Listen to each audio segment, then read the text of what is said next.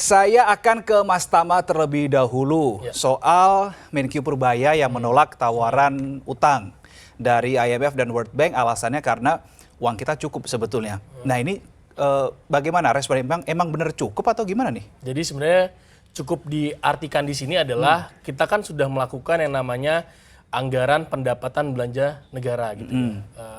Kita udah punya APBN gitu. APBN tuh di breakdown ada dari sisi pendapatan, ada dari sisi belanja. Betul. Dari sisi pendapatan itu kan sudah ditargetkan juga, ada penerimaan akan pajak, ada pendapatan dari bea cukai, ada pendapatan negara non pajak gitu ya, atau PNBP. Nah itu sebenarnya sudah ada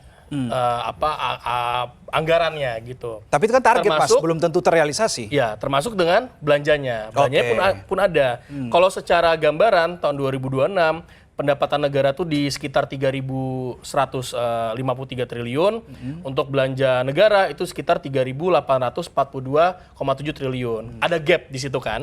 Ada gap di situ sekitar 689,1 triliun gitu ya, dan itu sebenarnya sudah dikonsepkan juga pembiayaannya. Tentu saat ini sudah direncanakan akan ada issued untuk SBN gitu ya, surat berharga negara, di mana ya itulah sebenarnya pembiayaan yang kita dapatkan. Nah, dalam hal ini sebenarnya ketika kita memutuskan untuk tidak mau gitu ya, atau tidak dulu mengambil ataupun tidak menerima tawaran gitu ya, kan ditawarkan katanya dari IMF. Itu tujuannya adalah ya karena kita sebenarnya sudah merencanakan dan kita tahu bahwa itu sesuai dengan target-target yang sudah kita tetapkan. Nah, jangan lupa juga, Mas, kita punya saat ini ya, di beberapa tahun terakhir kita punya namanya SAL, sisa anggaran lebih. Sisa anggaran lebih kita ada berapa tuh? Saat ini ada 420 triliun, di mana ada 120 triliun di Bank Indonesia. Lalu kita ketahui bersama juga ada 300 triliun gitu ya yang ditempatkan di perbankan. Kita ingat di tahun 2025. Di perbankan itu disebar maksudnya, ada di sejumlah perbankan? Ya, kalau misalkan kita ingat kembali di tahun 2025 bulan September gitu ya, September Oktober, saat itu Pak Purbaya, Pak Menteri Keuangan menempatkan sekitar 200 triliun itu ke beberapa himbara gitu ya. Yang tujuannya tadinya ada untuk mendorong mendorong kredit, mendorong uang yang beredar gitu ya, uang beredar di masyarakat yang tujuannya untuk mendorong pertumbuhan ekonomi. Kita di bulan Maret gitu ya, saat itu juga digelontorkan kembali sekitar 100 triliun. Maret kemarin berarti ya? Ya, 2026. Artinya sebenarnya saat ini kita punya SAL juga. Jadi sebenarnya kalau misalkan dilihat tentunya itu dirasa ya cukup gitu. Termasuk juga kalau kita lihat kan ada perbedaannya juga ya. Kalau ketika kita menggunakan SBN, instrumennya ya, instrumen pembiayaan tadi, apakah SBN ataukah pinjaman luar negeri melalui lembaga asing ataupun pinjamannya lembaga domestik kan juga ada. Itu sebenarnya lebih baik kita menggunakan SBN. Sebenarnya lebih ke arah sana. Cukupnya adalah kita mempunyai udah ada APBN gitu, di breakdown pendapatan, di breakdown belanja, ada gapnya itu diisi melalui pembiayaan, di mana pembiayaannya adalah kita melalui SBN. Tentu saat ini kita sudah sangat baik, SBN kita di atas 80% ya, 80% dari porsi utang itu dari SBN gitu ya, dari surat berharga negara. Berarti itu memang uangnya atau memang sudah ada uang cukup, bukan karena, gini, menolak tawaran dari IMF atau World Bank itu bukan karena sadar, oh utang kita udah terlalu banyak, nggak usah utang lagi deh, gitu loh maksud saya. Memang karena uangnya udah cukup ya. Jadi tentunya dalam penganggaran itu kan per tahun ya, anggaran per tahun. Anggaran per tahun sudah direncanakan, sudah ada pos-pos anggarannya tadi yang saya sampaikan.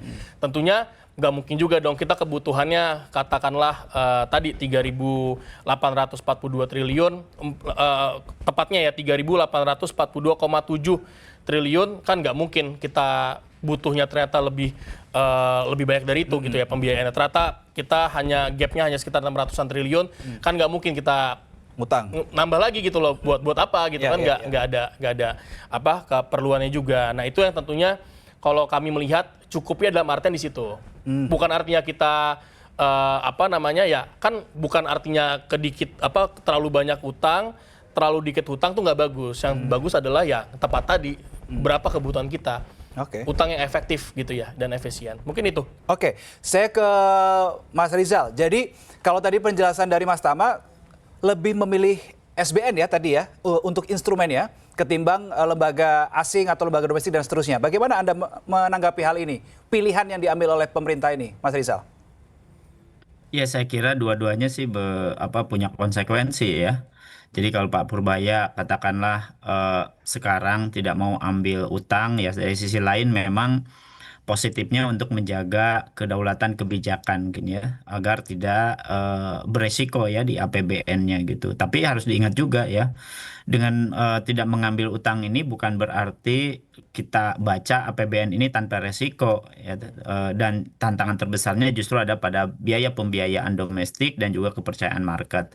Nah, kalau kemudian lewat SBN, maka tadi kepercayaan market itulah yang harus dijaga. Karena kalau kita bicara mau masuk ke SBN, katakanlah eh, dengan menolak utang multilateral gitu ya, maka konsekuensinya adalah pembiayaan ditopang oleh pasar domestik ya. Tadi memang dengan penerbitan SBN, kemudian strategi liability manajemennya yang harus bagus gitu.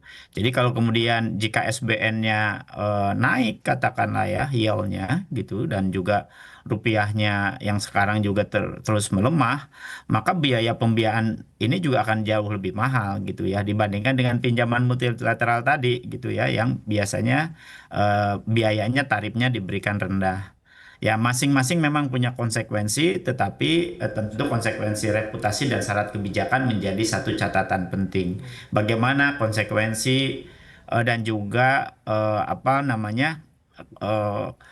konsistensi ya antara kebijakan dan juga implementasi pengelolaan fiskalnya. Karena kalau kemudian kita menolak eh, utang gitu ya tanpa ada eh,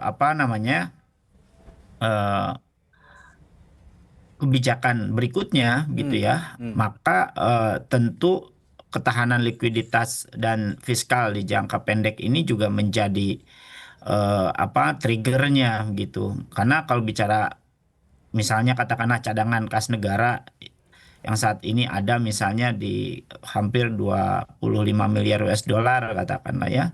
Dan keputusan ini juga akan mendorong ya pemerintah untuk mengambil strategi conditionally eksternal. Artinya memperbesar tidak ingin memperbesar ketergantungan pada pembiayaan domestik di market gitu ya. Tetapi langkah kritis ini juga memang positif gitu ya untuk menjaga biaya utang atau cost of fund gitu kalau pasar domestik dan globalnya menjadi lebih ketat. Ini memang dua-duanya ada konsekuensi gitu ya. Tapi triggernya adalah bagaimana menjaga kredibilitas fiskal melalui konsistensi ya antara kebijakan dan juga impact ya dari stimulus fiskalnya itu sendiri sih.